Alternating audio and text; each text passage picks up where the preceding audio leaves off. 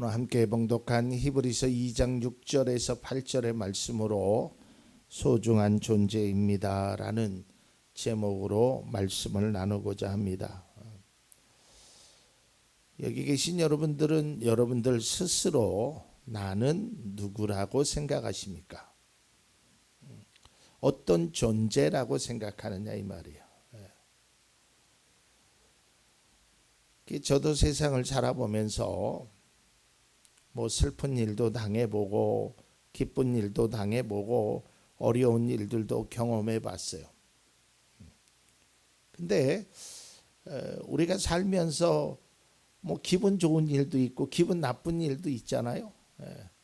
근데 기분 나쁜 일 중에 하나가 뭐냐면 나의 존재감이 상실되었을 때 참 이것은 마음속에 큰 고통이 있어요. 나의 존재감. 그러니까 우리가 스스로가 나의 존재감이 어떤 것인가를 느끼고 있단 말이죠. 그건 누구나 다.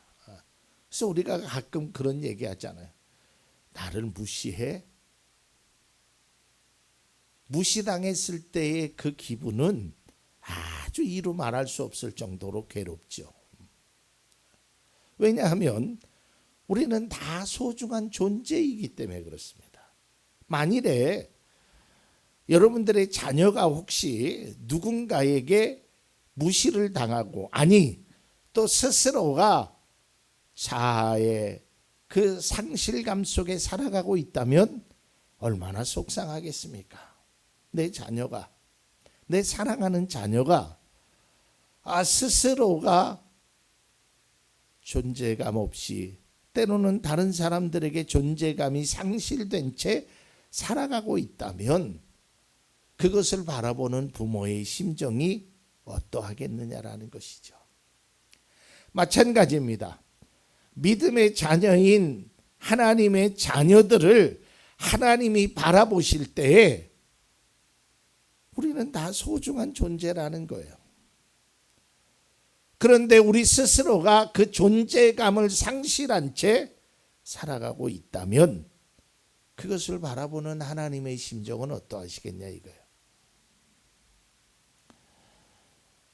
우리가 가끔 이제 어떤 사람을 소개받을 때가 있죠.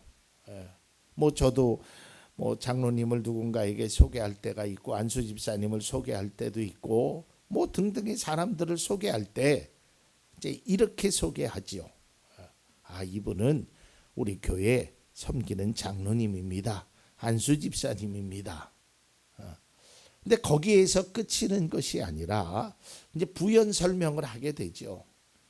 우리 교회의 큰 일꾼입니다. 우리 교회를 위해서 아주 헌신하는 분입니다. 그러니까 누군가가 나를 소개할 때 나를 어떻게 소개하느냐라는 것이죠. 뿐만 아니라 내가 나를 소개할 때 나는 누구냐 이 말이죠. 나는 어떤 사람인가? 우리나라 사람은 예전에는 이 겸손이 굉장히 미덕이라고 생각했어요. 그래서 항상 자기 자랑을 하는 거나 또 자식을 자랑하는 거나 뭐 자기의 능력을 이런 것들을 하는 것을 굉장히 조심스럽게 여겼어요. 그런데 오늘날 젊은이들은 그렇지 않아요. 또 뿐만 아니라 회사를 들어가거나 또한 학교를 진학할 때도 자기소개서라는 것을 씁니다. 거기서 나는 어떤 사람인가. 그러니까 거기에서 나의 존재감이 드러내야 돼. 그러니까 예전에는 겸손해서 나는 아무것도 할 수 없어요. 나는 부족해요. 근데 오늘날에는 그렇게 하면 대학 시험에서도 좋은 점수 받지 못하고 또한 취업을 하는데도 그 면접관들이 별로 그렇게 원하는 대답이 아니라는 거예요. 내가 나를 자신 있게 말할 수 있어야 돼요. 내가 나의 존재를 스스로가 인정할 수 있어야 돼요. 내가 나를 인정하지 않는데 누가 나를 인정해 주겠습니까?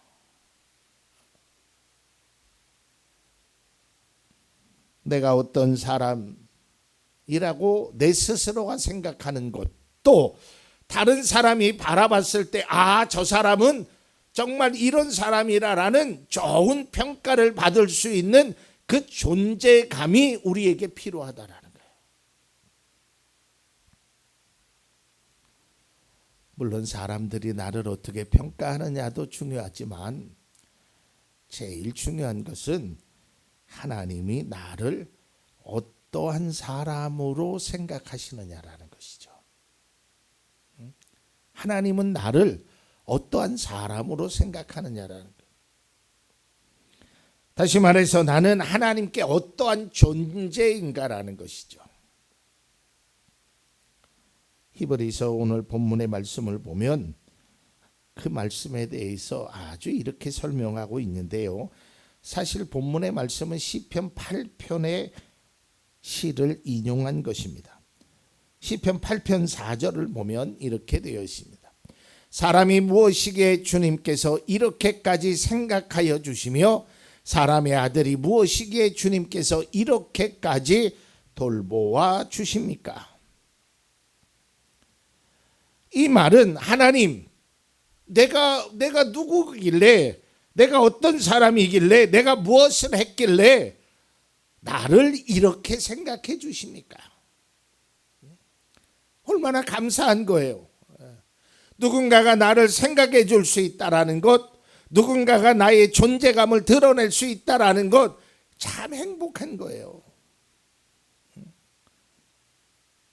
그래서 어딘를 가나 누구를 만나거나 참 인정받을 수 있는, 다시 말해서 존재감이 드러날 수 있는 그 사람의 모습이 필요하다라는 것이죠.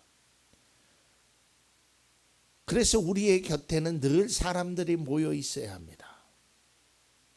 그리고 나의 존재감을 인정받을 수 있어야 되는 거예요.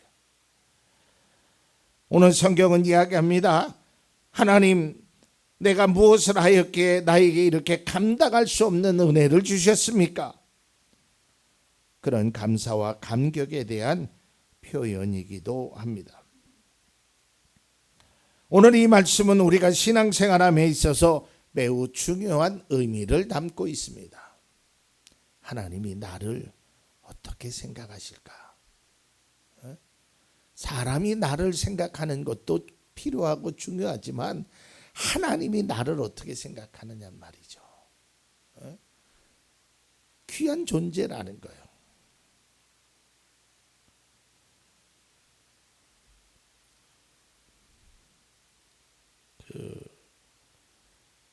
소통의 강사, 소통을 하는 그 힐링 강사, 그 김창옥 씨의 제가 강의를 가끔 듣는데요.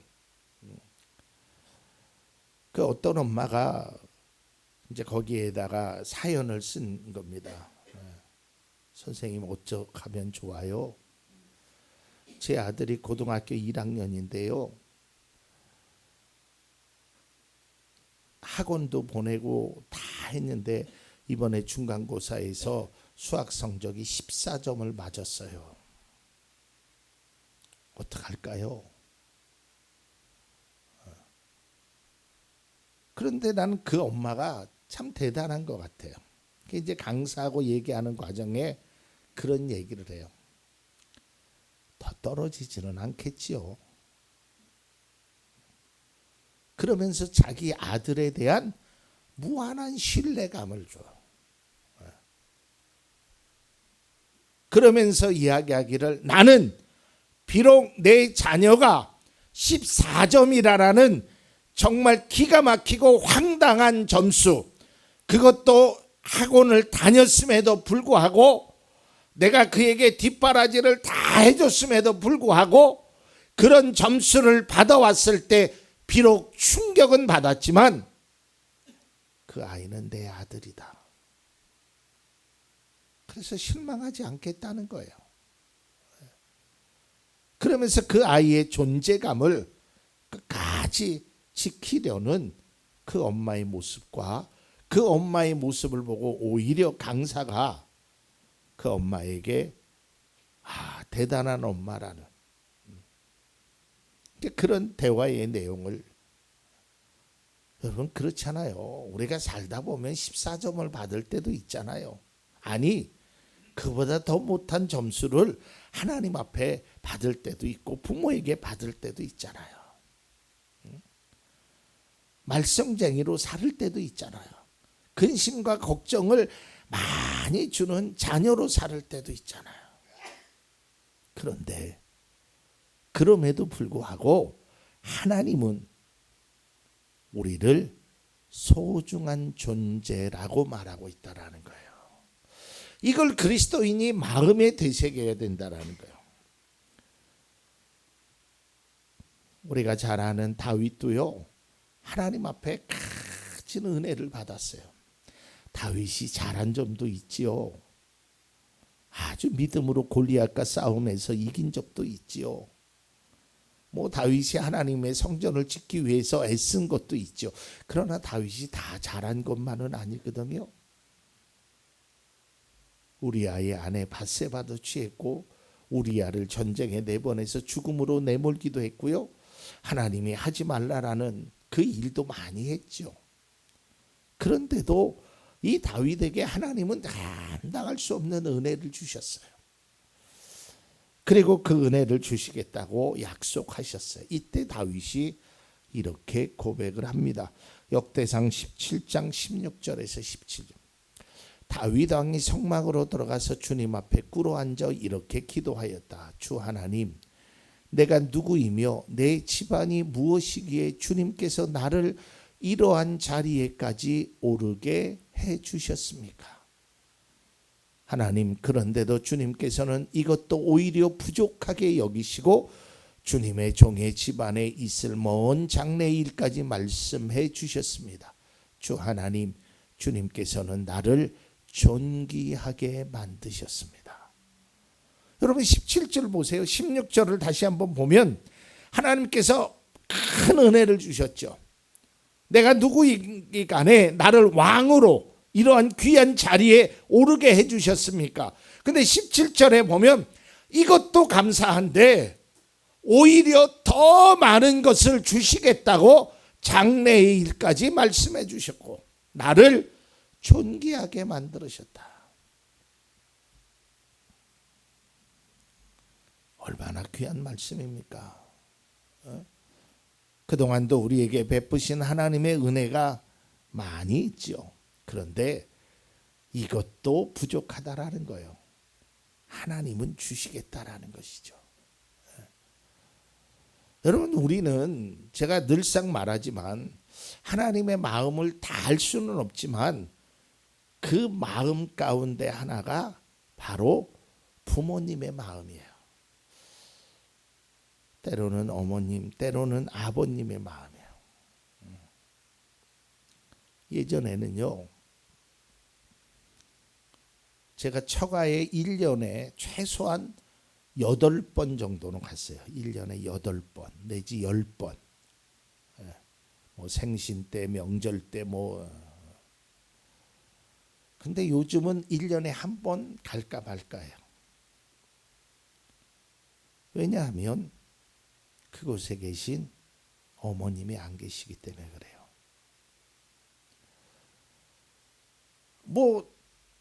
다 있어요. 어머님이 살던 곳도 있고 처남도 살고 있고 다 있어요.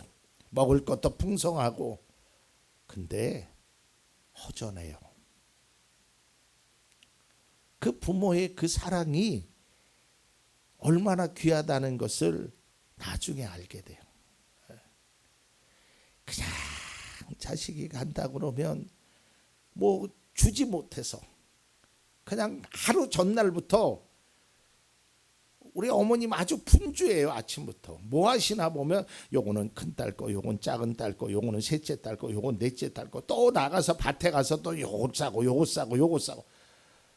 아니 내일 가는데 오늘부터 계속. 제가 한 번은 그랬어요. 어머님 힘든데 하지 마세요. 그랬더니 안 힘들어. 내 새끼잖아. 그거예요.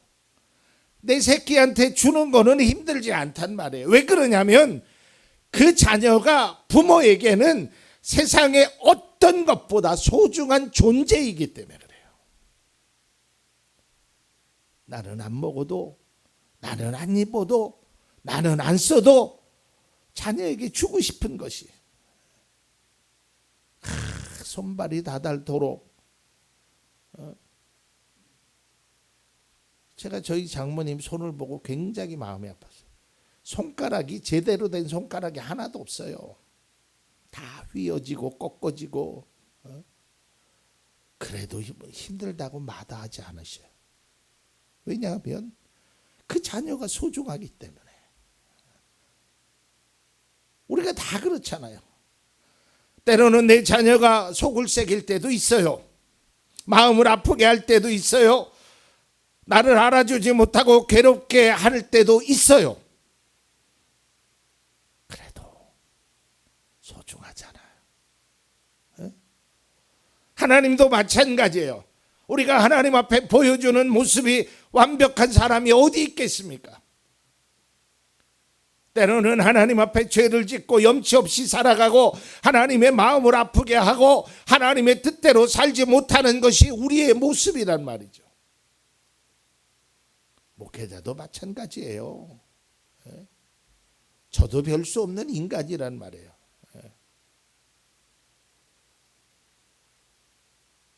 저는 감히 사도 바울처럼 나를 본받으십시오 라고 말할 자격도 없는 사람이에요.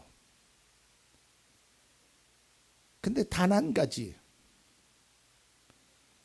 제가 하는 모든 것들을 다 잊으셔도 괜찮고 본받지 않으셔도 괜찮고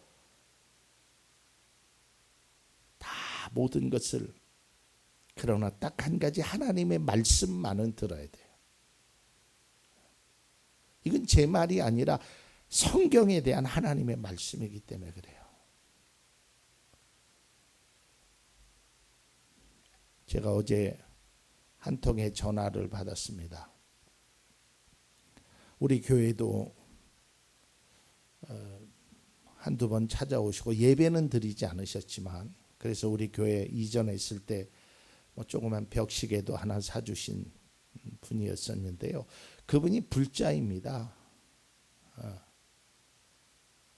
그 저기 옥산에 있는 고아원을 한 40년 동안 후원하신 분이에요. 내가 그래서 참 개인적으로 굉장히 존경하는 분이에요. 근데 그분이 전화를 하더니 목사님, 제가 요즘 성경을 읽고 있습니다. 그래요. 깜짝 놀랐어요. 그러면서 하는 소리가 제가 지금 예레미야를 읽고 있습니다. 그래요. 그래서 얼마나 됐느냐 그랬더니 한 달 조금 넘었대요.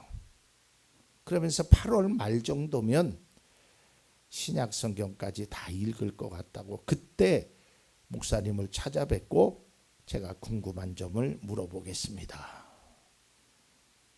그러면서 그분이 하시는 말씀이 자기는 깜짝 놀랐다는 거예요.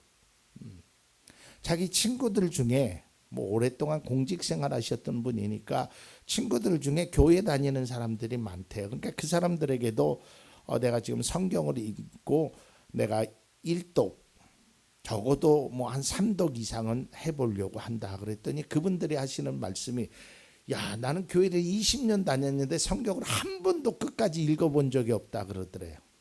자기는 그게 굉장히 의아하대요. 아니 어떻게 교회를 다닌다는 사람이, 믿음을 갖는다는 사람이 성경을 안 읽고 어떻게 신앙생활을 할 수 있느냐. 저에게 뜨끔한 가르침을 주셨어요. 그래요. 우리는 부족하지요. 성경도 많이 안 읽고 기도도 많이 안 하고 다 부족한 사람 아닙니까? 그런데요, 중요한 것은 그럼에도 불구하고 하나님은 나를 소중한 존재로 여기신다는 거예요. 오늘 말씀을 통해서 첫 번째 주시는 말씀이 바로 이겁니다. 첫 번째는 세상에서 가장 존귀한 존재라는 거예요. 누가요? 우리가요. 비록 세상의 사람들과 비교해 보면 어찌 보면 불자들도 읽었다는 그 성경을 우리는 제대로 보지도 못할 때도 있어요. 많이 기도하는 사람에 비하면 형편없을지도 몰라요. 저도 마찬가지예요. 어느 개척교회 목사님은 개척하기 전에 40일간 금식을 한다고 그래요. 놀랍죠. 저는 금식이래 봐야 겨우 3일 금식. 뭐 이렇게밖에 못한 부족한 사람이에요. 기도도 부족하고 말씀을 전하는 능력도 부족하고 다 부족한 사람이에요. 세상의 사람이 바라보면 보잘것없는, 마치 그 어머니가 얘기했던 14점 수학 점수를 맞았던 그 아이보다도 오히려 더 못할 수도 있어요. 그런데 그럼에도 불구하고 하나님은 저를 소중하다고 생각하신다니까요. 우리에게도 마찬가지예요. 하나님은 세상을 창조하실 때도 그랬지만 지금도 여전히 우리를 존귀하다고 말씀하고 있습니다. 우리가 잘 아는 이사야 43장 4절에 보면 내가 너를 보배롭고 존귀하게 여겨 너를 사랑하였으므로 너를 대신하여 다른 사람들을 내주고 너의 생명을 대신하여 다른 민족들을 내주겠다. 내가 너를 존귀하게 여기겠다라는 거예요. 성경 속에 비춰진 인간의 모습은 늘 연약하고 부족하고 죄인의 모습으로 살았습니다. 인류 최초의 인간인 아담과 하와도 그랬고요. 자기 동생을 죽인 가인의 모습, 믿음의 조상이라고 일컫는 아브라함의 모습, 민족의 지도자로 출발했던 모세의 다혈질적인 모습, 뭐 이러한 내용들이 성경에 보면 모든 사람들이 다 부족하고 다 연약하고 죄인 중에 괴수라고 했던 사도 바울처럼 다 자기 자신은 나약하단 말이에요. 연약합니다. 그런데요,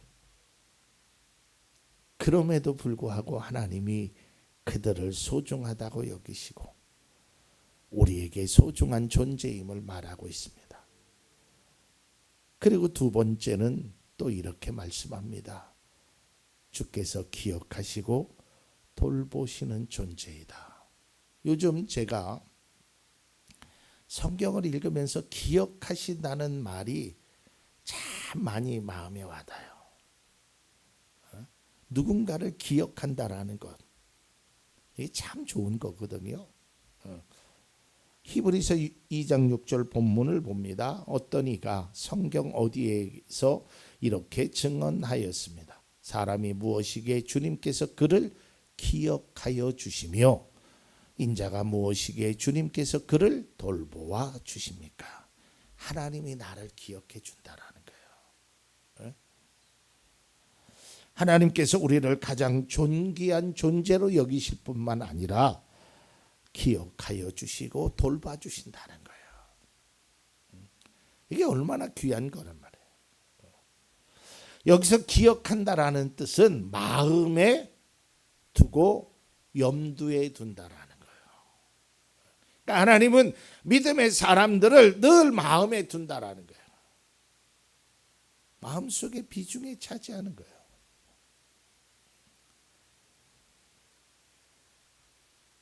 여기서 기억한다라는 것은 머리로 기억하는 기억력을 의미하는 게 아니에요. 가슴으로 기억하는 거예요. 가슴으로. 우리 교회는 뭐 많은 성도님들이 없어서 제가 새벽 기도에 기도할 때 뭐 그렇게 어렵지 않습니다. 뭐 시간이 어렵지 않다는 것이 아니라 뭐 이름이나 상황을 제가 거의 기억하기 때문에 모든 분들을 위해서 다 기도합니다. 그런데 교회가 뭐 100명, 200명 되면 그 목사님들이 사실 그렇게 말씀하셔요. 나는 여러분들을 위해서 다 기도하지 못한다. 근데 아주 신기한 게요. 기도할 때 기억나는 사람들이 있대요. 뭐 그 사람하고 무슨 뭐 좋은 관계, 무슨 뭐 개인적으로 이게 아니라 기도할 때마다 그 생각나게 해주신다는 거예요, 하나님이. 우리가 그런 사람이 되어야 돼요. 누군가의 기억에 남을 수 있는 사람. 다윗은 몸소 체험하였습니다. 하나님이 나를 기억해 주셨구나. 그리고 나를 돌봐주셨구나. 그래서 그는 여호와가 나의 목자시니 나는 부족함이 없습니다. 라고 고백했던 것입니다. 그 우리를 기억하시는 하나님은 시편 121편 3절에 이렇게 표현되고 있습니다. 주님께서는 내가 헛발을 디디지 않게 지켜주신다. 너를 지키시느라 졸지도 않으신다. 졸지 않으셔요. 소중한 존재를 지키는데, 사랑하는 존재를 지키는데 하나님이 그냥 하시겠냐 이 말이에요. 마지막 세 번째는 나는 하나밖에 없는 존재이며 한 번밖에 없는 존재라는 사실을 우리가 깨달아야 합니다. 이 세상에 나라는 존재는 하나밖에 없어요. 아무리 같은 뱃속에서 나와도요, 다 다르잖아요. 여러분, 우리가 잘 알지요. 이 지문이라는 것이 대한민국의 모든 사람들이 다 다르다는 거 아시죠? 나라라는 사람은 나뿐이에요. 그리고 내가 사는 인생은 단 한 번밖에 없어요. 뭐 성경은 그렇게 말하고 있지 않아요. 나중에 다시 태어나거든 좋은 세상에서 태어나거나, 성경은 한 번밖에 없어요. 인생은 죽으면 이제 그 인생은 이 세상에서 육신적으로는 끝이에요. 그러기에 얼마나 소중해요. 다시 할 수 없단 말이에요. 나 하나밖에 없어요, 이 세상에는. 그래서 스스로가 느껴야 돼요. 나는 소중한 존재다. 왜? 하나님이 나를 그렇게 보신다는 말이에요. 때로는 친구가 나를 무시해도, 때로는 사회가 나를 알아주지 않아도 하나님은 나를 알아주신다는 거예요. 이러한 자부심을 가지고 우리가 행해야 된다는 것이죠. 하나님이 나를 알아봐 주시는데 왜 내 스스로가 자꾸 내 존재감이 없이 살아가느냐 이 말이에요. 오늘 성경 히브리서 2장 말씀에 주님께서 영광과 존귀의 면류관을 씌워주신다 그랬어요. 왜요? 소중한 존재이기 때문에. 오늘날 많은 그리스도인이 스스로 존재감을 상실한 채 살아갑니다. 내가 하나님의 자녀라는 것이 얼마나 귀하다는 것을 스스로가 인정하지 못해요. 여러분, 만일에 여러분의 자녀가 부모님을 향하여 내가 이 집안에서 태어나지 말고 다른 집안에서 태어났으면 좋겠다라고 만일에 말을 한다면 부모의 마음이 어떻겠어요? 그런데 반대로 가난하고 어렵고 힘들어도 엄마가 내 엄마래서 아빠가 내 아빠래서 나는 세상에 제일 좋다라고 고백하는 그 자녀가 있다면 얼마나 부모의 마음이 좋겠어요. 엄마가 내 엄마래서 행복했어. 아빠가 내 아빠래서 너무 좋았어. 이게 자녀가 갖춰줘야 될 모습이에요. 마찬가지예요. 우리도 하나님이 계시기에 나는 행복했습니다. 하나님이 나를 사랑하시기에 나는 기뻤습니다. 이게 그리스도인의 바른 고백이 되어야 합니다. 왜 많은 사람들이 때로는 존재감을 잃고 살아갈까요? 존재감을 소유나 능력이라고 생각하기 때문에 그렇습니다. 아니에요. 그 존재감은 소유나 능력이 아니라 관계 속에 이루어진다라는 거예요. 주님은 단 한 번도 너희들이 이러하기에 내가 너를 소중하게 여긴다라고 조건을 말씀하지 않았어요. 내 자녀이기에, 내가 택한 백성이기에 너를 소중하게 여긴다 그랬습니다. 부족해도 연약해도 아무 것이 없어도 심지어는 잘못된 길을 가더라도 하나님은 내가 너를 소중하게 여기신다라고 말씀하고 있습니다. 이제 우리는 가슴을 활짝 펴고 여러분의 가는 길, 믿음의 길을 당당하게 걸어가야 합니다. 우리의 존재는 세상이 판단하는 것이 아닙니다. 여러분의 존재는 사람이 판단하는 것이 아닙니다. 하나님이 판단하시는 것입니다. 또한 우리의 존재는 세상의 기준이 아니라 우리를 사랑하시는 하나님의 기준입니다. 그래서 우리는 고백에 하나님 내가 무엇이기에 나를 이처럼 사랑하십니까? 나의 존재감을 드러내며 또한 더 이상 나는 내 자신을 바라보며 실망하거나 내 모습을 보면서 좌절하지 않기를 바랍니다. 비록 아무 것이 없어도 비록 세상의 사람들이 나를 알아주지 않아도 하나님은 우리를 존귀하게 여기신다는 그 사실을 우리는 반드시 기억해야 합니다. 그래서 마지막으로 이 말씀을 드리고 말씀을 맺고자 합니다. 제가 만든 하나의 문장입니다. 우리는 세상에서 소중하고 귀한 존재입니다.